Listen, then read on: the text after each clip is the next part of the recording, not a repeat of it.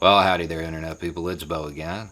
So, today we're going to talk about your beliefs, your core beliefs, and why it is incredibly important for you to have a very firm grasp on what you believe if you want to change the world, if you want to be effective at creating social change. You have to have a clear picture of what you want your ideal world to look like, your utopia. Because most people who watch this channel want deep systemic change on a whole bunch of different levels. It's not something that's going to happen overnight. It's going to take time. Some of the ideas will take generations to get to. Some of the ideas that are most important to me, I know I will be long gone before they are ever realized. But if you don't know what your utopia is, if you don't know what it's supposed to look like, you can't help guide the conversation to get the steps to get there. A lot of the stuff we want, there's no direct path from where we are to what we want. So we have to look for the stepping stones. The reason I'm bringing this up is because after that recent video about Biden's possible future foreign policy, there were a whole bunch of people commented like, you're saying this is a win, but you don't seem really enthusiastic about it.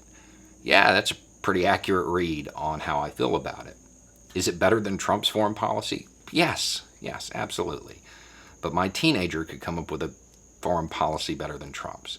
Anything the Biden team puts out is going to be better than Trump's foreign policy. That's not saying anything. My views, my ideals, where my core beliefs say American foreign policy should be, is stuff that is literally laughed at today.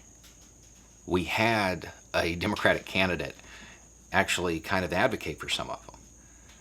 And it became a joke because it's too far outside the Overton window. We are not going to wake up during the Biden administration and have a foreign policy that is primarily about being the world's EMT rather than the world's policeman, about developing infrastructure in other countries, about raising the standard of living in other countries, because all of these things helped preempt conflict. In order to get to the world I want, we have to have a world at peace. So American foreign policy is really important for that.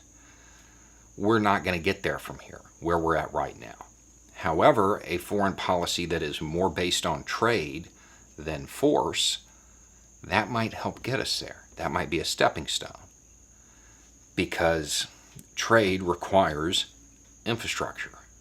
It might raise the standard of living in these countries depending on how much wealth the companies extract along the way.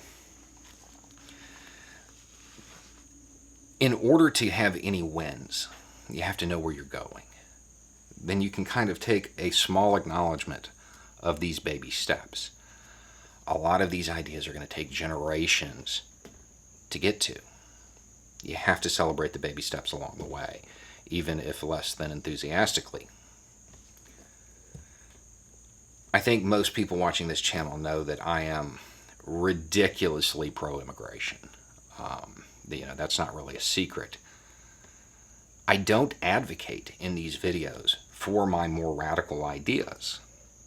I advocate for those that are attainable. Because my goal on this channel is to hopefully sway those who are in opposition. That's what I'm trying to achieve. So I don't advocate for the more radical ideas. And even downplaying my beliefs a little bit, I still have that person that shows up every once in a while and, you're one of those open borders guys. No, that's ridiculous. I'm not in favor of open borders. I don't even support borders.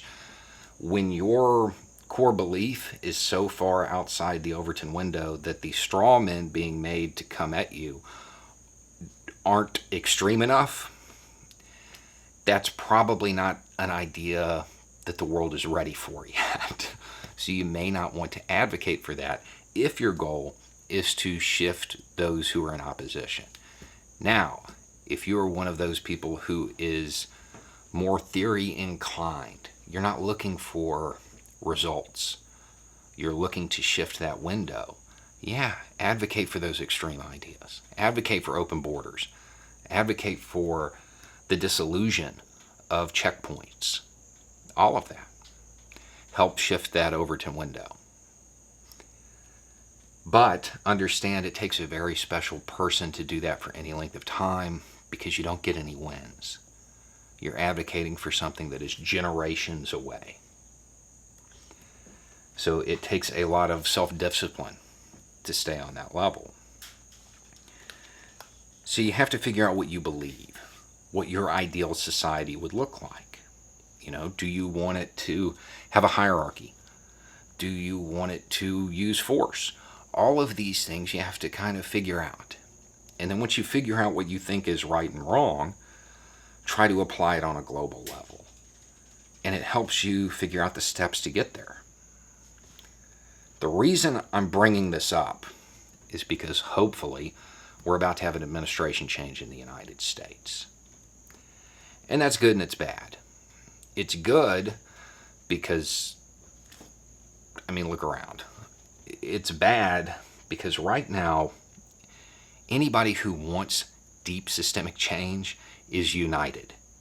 Because we have the personification of everything that is wrong with the United States sitting in the Oval Office. Got everybody on the same team. That's helpful in a way.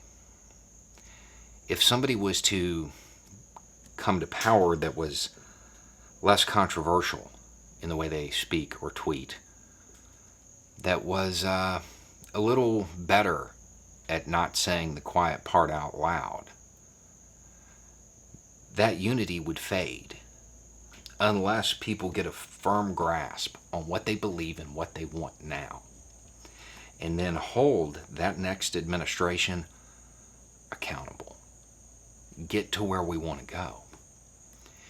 If people don't maintain the pressure, understand that a Biden administration will just be a return to the status quo.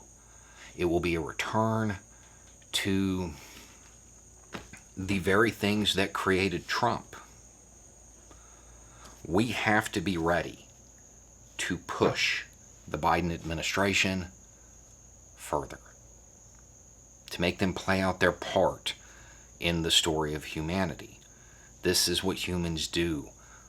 We progress. We move forward. Yeah, there's setbacks every once in a while, but on a long enough timeline, the progressives always win.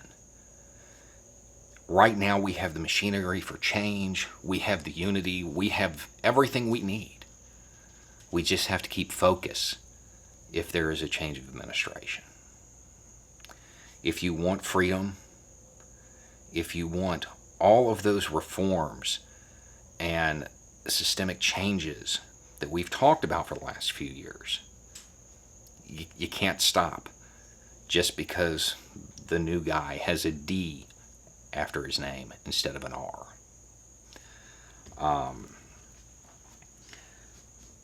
So it might be time for everybody to figure out what they really want, what they want deep down, what kind of world they want to leave behind, what kind of steps they want to take so the next generation can take a few more and get us to that utopia. You know, that place where everybody has freedom, where everybody has a decent standard of living. It's possible to get there. We just have to work for it. And you have to figure out where you fit into that battle. You have to figure out what your ideas are and how you can help shape the conversation at the dinner table so it gets shaped on social media, so it changes the public narrative, so hopefully it changes public policy. Anyway, it's just a thought. Y'all have a good day.